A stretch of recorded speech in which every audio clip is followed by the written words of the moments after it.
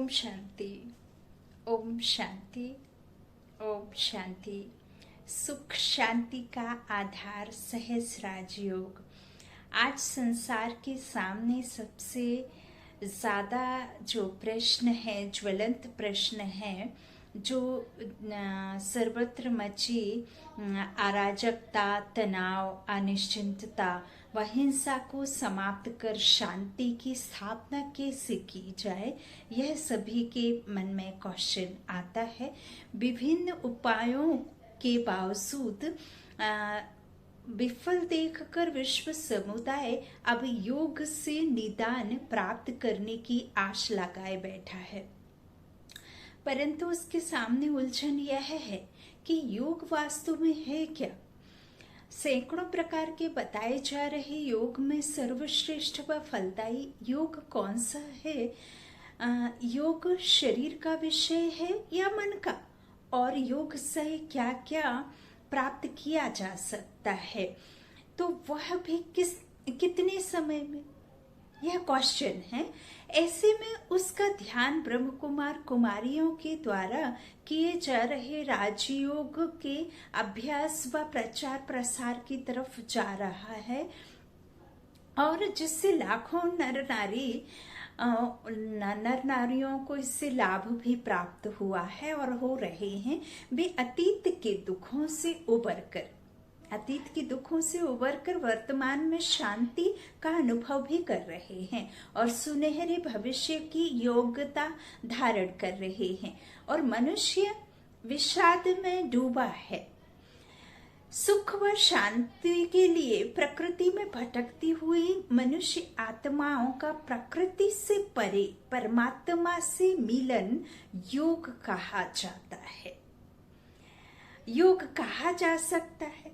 योग की आवश्यकता क्यों है? क्योंकि आज मनुष्य विषाद में, विषय सागर में डूबा है। उसके विषाद का कारण 5 क्लेश: अविद्या, जिसे अज्ञानता, अस्मिता, अहंकार, राग, द्वेष व अभिनिवेश, मृत्यु भय जो सबसे अधिक है, मृत्यु को भय सबसे अधिक है। उसका मन विक्षिप्त है। ये 5 क्लेश 3 प्रकार की बीमारियों से मनुष्य को ग्रसित कर रहे हैं।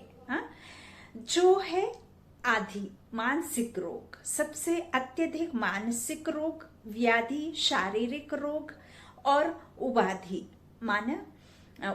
माना अहंकार।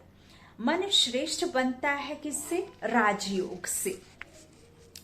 योग की आवश्यकता का यदि कोई एक अकेला कारण है तो वह है मनुष्य का अहंकार या देह अभिमान। उसके द्वारा धारित अन्य विकार तो वस्तुतः अहंकार के ही से जो बाय प्रोडक्ट्स हैं। जब अहंकार आता है तो सभी गुण चले जाते हैं, और जब अहंकार जाता है तो सभी गुणों की वापस प्रवेशता आसानी से हो जाती है। आज यह देखने का चलन है कि किसी के पास कितना रुपया है और उसने कैसा रूप पाया है सबसे अधिक। परंतु योग का संबंध मन से है, शरीर से नहीं है। तन व धन स्थूल में दिखता है, परंतु सूक्ष्म मन जो नहीं दिखता है, उसकी गुणात्मक स्थिति पर ही व्यक्ति का व्यक्तित्व व चरित्र निर्भर करता है। यदि मन एकाग्र, शक्तिमय, कल्याणमय व पवित्र हो तो तन निरोगी व धन उपयोगी, सुखदायी बन जाता है। राजयोग द्वारा मन को श्रेष्ठ बनाया जा सकता है। और धनी जॉन मिल्टन अंधे थे और उसकी पत्नी थी तन से खूबसूरत परंतु मन से अहंकारी व झगड़ालू। एक बार मिल्टन के एक मित्र ने उन्हें इतनी खूबसूरत पत्नी पाने की बधाई देते हुए कहा कि आपकी पत्नी तो गुलाब के फूल की तरह है। यह सुनकर मिल्टन बोले, मित्र मैं रंग रूप तो नहीं देख सकता, परंतु कांटों की चुभन जरूर अनुभव करता हूँ। गुलाब के फूल की झड़ती पंखुड़ियां उसके नीचे की मिट्टी को भी खुशबूदार बना देती है। अर्थात गुणवान मनुष्य के गुजर जाने पर भी समाज में उसके चरित्र की खुशबू याद की जाती है, ना कि उसके शरीर को। उसके गुणों को याद कर उस मनुष्य को याद किया जाता है। इसी तरह से खुशबू, चरित्र की खुशबू याद रह जाती है, मन पर छवि छोड़ जाती है। किसी के बोल, मीठे बोल, कड़वे बोल तो याद नहीं रखेंगे ना। तो गुलाब नीचे के कांटों से प्रभावित नहीं होता और कमल पुष्प नीचे की गंदगी से प्रभावित नहीं होता। इस प्रकार दोनों अपना न्यारापन, प्यारापन कायम रखते हैं। कमल कीचड़ में भी रहकर अपने ऊपर कीचड़ को नहीं लगने देता है, और गुलाब कांटों के बीच में रहते हुए भी गुलाब कांटों की चुभन किसी को नहीं देता है, खुशबू ही देता है। तो इसी तरह से पर कांटे या गंदगी यदि आत्मा में आ जाए तो केवल उस मनुष्य का ही जीवन नहीं, बल्कि जो संबंध संपर्क वालों का जीवन भी प्रभावित होता है। अहंकार सद्गुणों से वियोग करा देता है। सद्गुण जो होते हैं उससे वियोग करा देता है। आज मिट्टी माना शरीर के ढेर में बैठी मनुष्य आत्मा कूड़े अवगुण को समेटे हुए है। मिट्टी नीचे और कूड़े का ढेर मस्तिष्क में ऊपर। कूड़ा बिकता नहीं है, बल्कि जो पैसा, कूड़ा बिकता तो नहीं है लेकिन पैसा देकर उठवाया जाता है। अभी राजयोग की ईश्वरीय पढ़ाई से यह शिक्षा मिल रही है कि कैसे बिना पैसे दिए आत्मा के कूड़े से मुक्त हुआ जाए। जो अंदर आत्मा में कचड़ा है ना, किचड़ा भरा है, वह कैसे उठाया जाए और कैसे उससे मुक्ति मिले। इस समय विश्व का सर्वाधिक विनाशकारी योग है, जिससे आत्मा का अहंकार से योग, जो सारे सद्गुणों से वियोग करा देता है। आजकल नॉन स्टिक कोटिंग वाले बर्तन आते हैं, नॉन स्टिक आते ना बर्तन, जिसमें भोजन पकाने से कुछ भी चिपकता नहीं है। मोहक रूप का अहंकार या देह अभिमान भी आत्मा पर नॉन स्टिक कोटिंग है, जो किसी भी गुण को धारण होने नहीं देती है। खूबसूरती के अभाव में गुण जल्दी प्रत्यक्ष होते हैं। एक बार प्रख्यात चिंतक सुकरात दर्पण के सामने खड़े होकर अपने बदसूरत चेहरे को निहार रहे थे। जब उनका ध्यान दूर खड़े शिष्य पर गया तो उन्हें देख मुस्कुरा रहा था, तो उसके मनोभाव को समझकर बोले, मैं दर्पण इसलिए देखता हूं ताकि यह सजगता बनी रहे कि मेरा चेहरा जितना भरता है उससे ज्यादा खूबसूरत मुझे अपने मन को बनाना है। मुझे अपने शरीर की कुरूपता अपने खूबसूरत चरित्र व गुणों से ढक देनी है। अहंकार की भ्रूण हत्या। अहिल्याबाई होलकर एक ऐसी ही गुणवान सामग्री थी। उनके गुण की महिमा में राजकवि ने एक काव्य ग्रंथ लिखा और भरे राज दरबार में अपने ग्रंथ का पाठ करने की अनुमति मांगी। दरबारियों की मांग पर अनुमति मिली और कवि ने उमंग के साथ अपने ग्रंथ के मुख्य हिस्सों को दरबार में सुनाया। सुनकर सभी ने हर्षनाद किया और मुक्त कंठ से कवि की प्रशंसा भी की। अहिल्याबाई ने कवि की कला की सराहना तो की, परंतु उससे यह भी समझाया कि ग्रंथ में महिमा केवल भगवान की होनी चाहिए, और यदि आपने यह ग्रंथ भगवान की प्रशंसा में लिखा होता तो सुनाने वाले और सुनने वाले दोनों को पुण्य मिलता। मेरी जैसी सांसारिक व साधारण महिला की प्रशंसा करके आपको क्या मिला? फिर अहिल्याबाई ने उस ग्रंथ को अपनी मंत्री को सौंपते हुए कहा कि इसे नर्मदा नदी में प्रवाहित कर दे। यह थी गुणों के द्वारा अहंकार की भ्रूण हत्या। अन्यथा बार बार की महिमा से अहिल्या बाई में अहंकार आ जाता था, जो फिर दीमक की तरह गुणों को चाट जाता। अशांत किया अहंकार ने। राजयोग एक प्रकार से अहंकार के विसर्जन का आध्यात्मिक उपाय है। जहां अहंकार है वहां खुदा नहीं, और जहां खुदा है वहां अहंकार नहीं। तो खुदा से योग युक्त होना ही अहंकार से मुक्ति का साधन है। यदि खुद आत्मा और खुदा के बीच से अहंकार निकल जाए तो खुद को खुदा व उसकी खुदाई दोनों प्राप्त हो जाए। मनुष्य का अपना क्या है?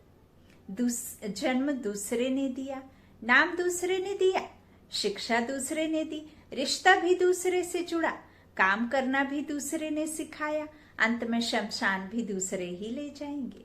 सब कुछ दूसरों ने किया और आजीवन दुखी व शांत खुद के अहंकार ने किया, जिससे कभी विवेकवान गुणवान बनने नहीं दिया।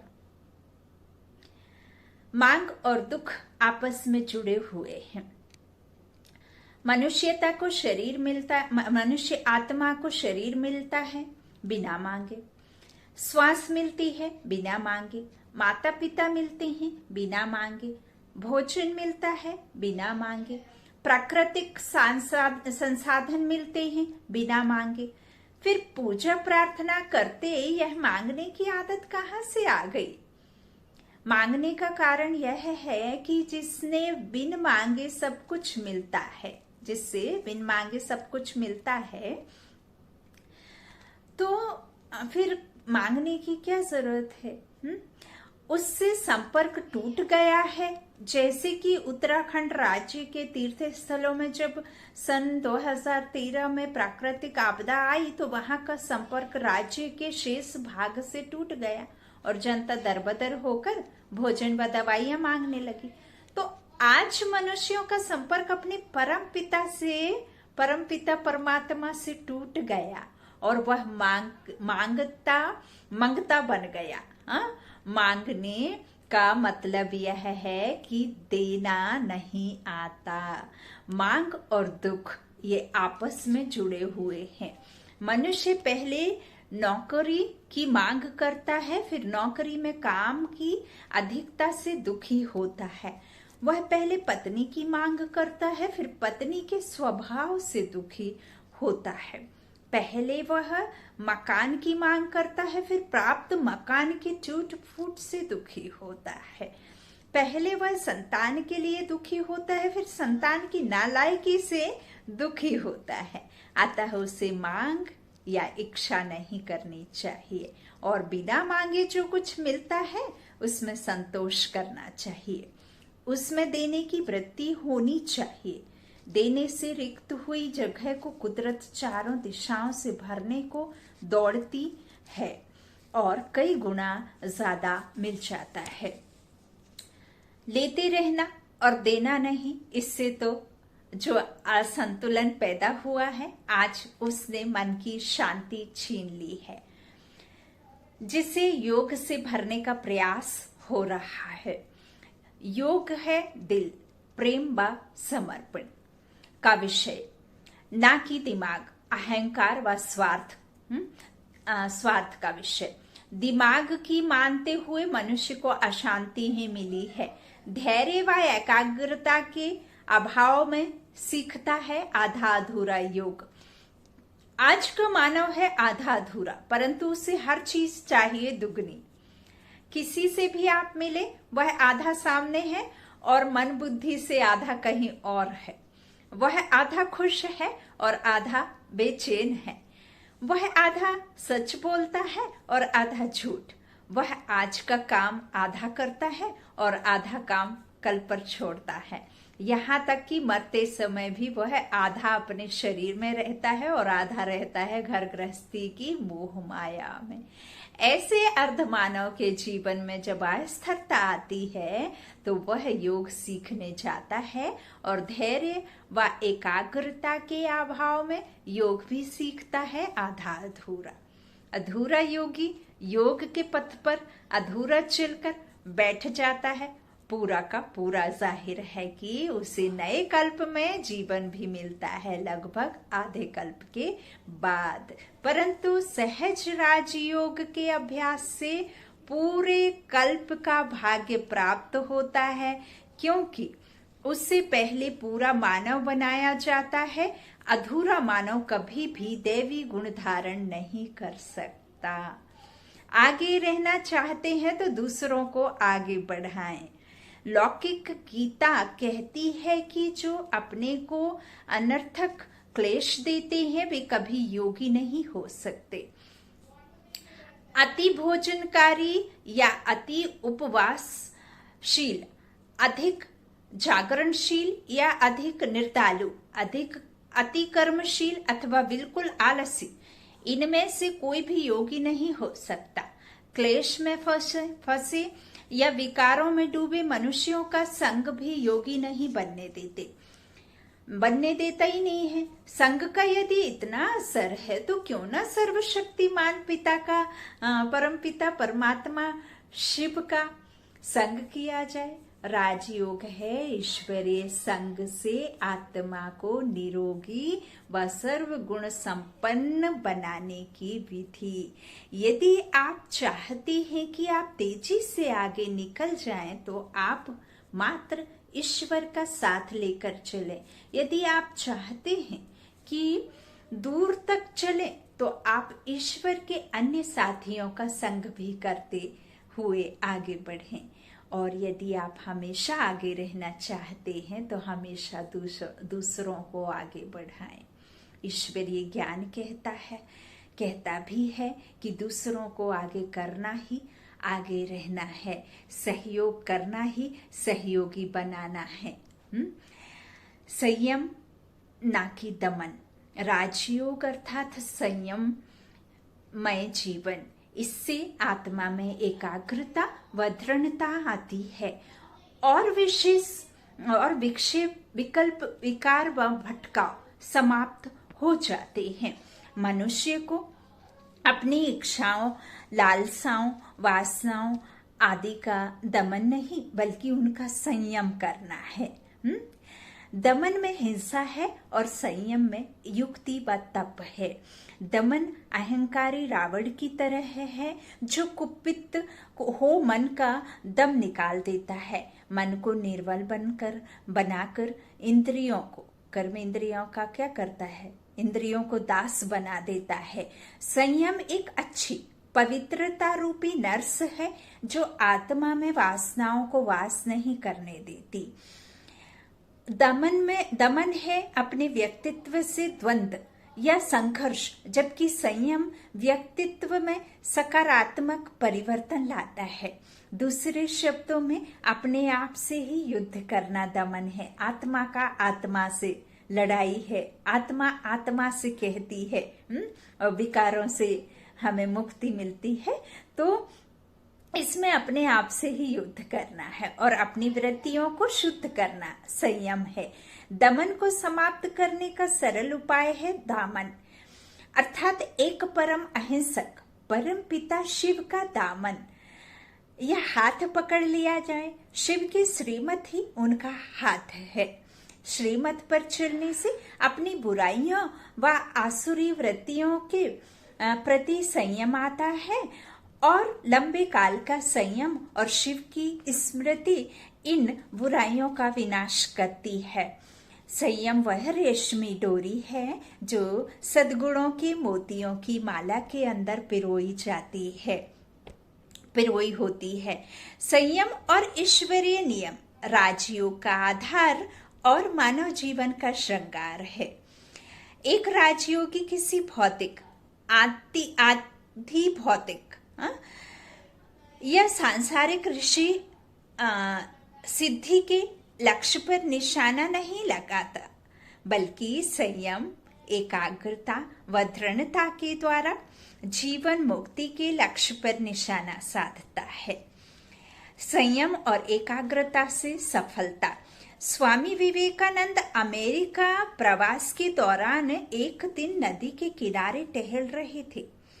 उन्होंने देखा कि एक पुल पर खड़े कुछ युवक नदी में तैर रहे अंडों के छिलके को गोली का निशाना बनाने का असफल प्रयास कर रहे थे। उन युवकों की विफलता देखकर स्वामी जी मुस्कुराने लगे। उनमें से एक युवक को स्वामी जी की मुस्कान अच्छी नहीं लगी और वह बोला कि आप मुस्कुरा रहे हैं क्योंकि आपको पता नहीं कि निशाना लगाना इतना आसान नहीं होता। चाहे तो आप भी प्रयास करके देख लीजिए। स्वामी जी ने बंदूक ली और एक के बाद एक 10-12 अंडों के छिलकों को गोली से उड़ा दिया। वह युवक आश्चर्य से बोला कि जरूर आप पुराने निशानेबाज हैं। स्वामी जी मुस्कुराए और कहा कि मैंने जीवन में आज पहली बार बंदूक पकड़ी है। मैं चूंकि योगी हूं, अतः मेरे मन के संयम और एकाग्रता के कारण सही निशाने लगे। योग बनाता है राजयोग।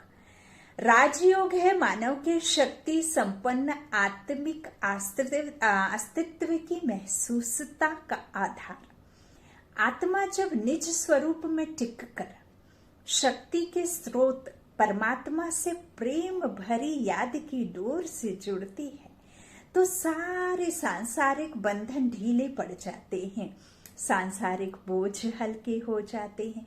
दैहिक संसार वैसा ही दैहिक महसूसता आत्मिक महसूसता में बदल जाती है और संसार वैसा ही दिखने लग जाता है जैसा कि वास्तव में इसे होना चाहिए। राजयोग योग बनाता है, अर्थात उन विस्मृत आत्मिक योग्यताओं को प्रत्यक्ष करता है जिसे हम भूल गए हैं, जो शांतिप्रद सुखमय जीवन का आधार है। राजयोग से मनुष्य वर्तमान की आंतरिक स्थिति, गुण अवगुण, अब तक के जीवन के हानि लाभ, जीवन की दिशा व दशा, पाप पुण्य आदि का साक्षात्कार जो करता है, वह खुद का धर्मराज बन अपनी इंद्रियों की अदालत लगाकर खुद का धर्मराज बन खुद को बेनकाब करता है, खुद को दंड देता है। दूसरे के द्वारा दी गई हल्की सजा भी ज्यादा दर्द देती है और सुधार होता नहीं, जबकि स्वयं द्वारा स्वयं को दी गई भारी सजा भी हल्का दर्द देती है और सुधार होता है।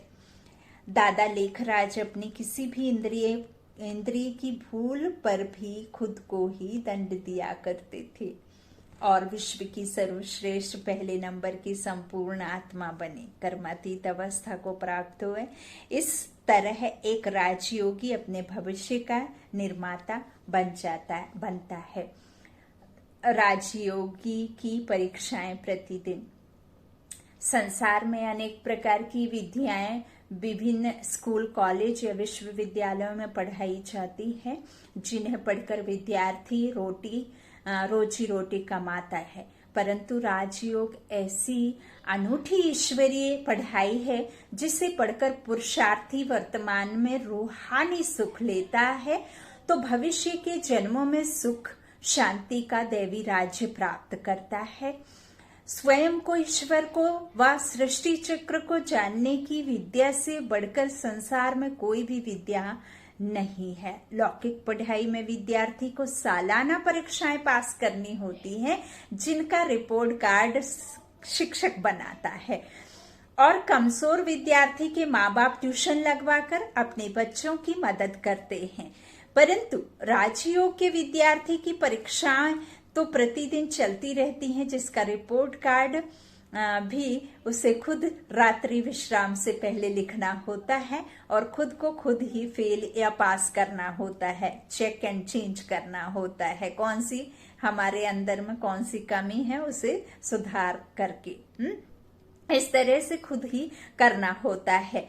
और कमजोरियों को दूर करने के लिए अपने क्या करना होता है कि उसके माँ बाप तो स्वयं ब्रह्मा व परमपिता परमात्मा शिव होते हैं, जो अमृत वेले उसकी कमजोरियां दूर करने के लिए उसमें शक्ति भरते हैं। अमृत वेला शक्तियों का भरने का वेला होता है ना, तो उससे फिर शक्ति भरते हैं। किसी भी अन्य योग पद्धति में आत्मोत्थान हेतु ऐसी ईश्वरीय पढ़ाई व अलौकिक पालना नहीं दी जाती, जैसी कि राजयोग के विद्यार्थी को मिलती है।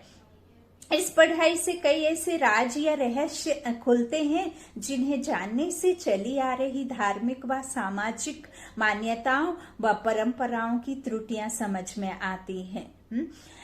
और इसमें पुरुषार्थ को एक नई दिशा मिलती है। इस पढ़ाई का विद्यार्थी अपनी सभी कर्मेंद्रियों पर शासन करने लगता है, स्वराज्य अधिकारी बनना, कर्मेंद्रियों को अपने वश में करना सीख लेता है।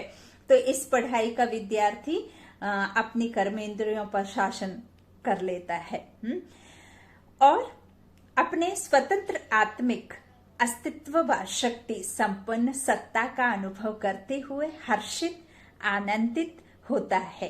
राजयोगी के जीवन में आए सुखद बदलाव से उसके संगी साथी अड़ोसी पड़ोसी अचंभित होते हैं। राजयोगी अपना वर्तमान ही श्रेष्ठ नहीं बनाता, बल्कि सतयुगी देवी राजपाट की प्रारब्ध भी इकट्ठी करता है। वह अंत में परमपिता परमात्मा शिव की स्मृति में देह त्यागता है और श्रेष्ठ गति को प्राप्त होता है। जाहिर है कि राजयोगी बनना एक प्रकार से ऐसी लॉटरी लेना है जो वर्तमान में रूहानी नशे का प्रत्यक्ष फल देती है, तो भविष्य के 21 जन्मों तक सतत सुख शांति भी देता है। यह है राजयोग की कला और यही राजयोग से हम आधे कल्प का सुख भोगते हैं। स्वयं ईश्वर हमें यह सुख देते हैं। ओम शांति।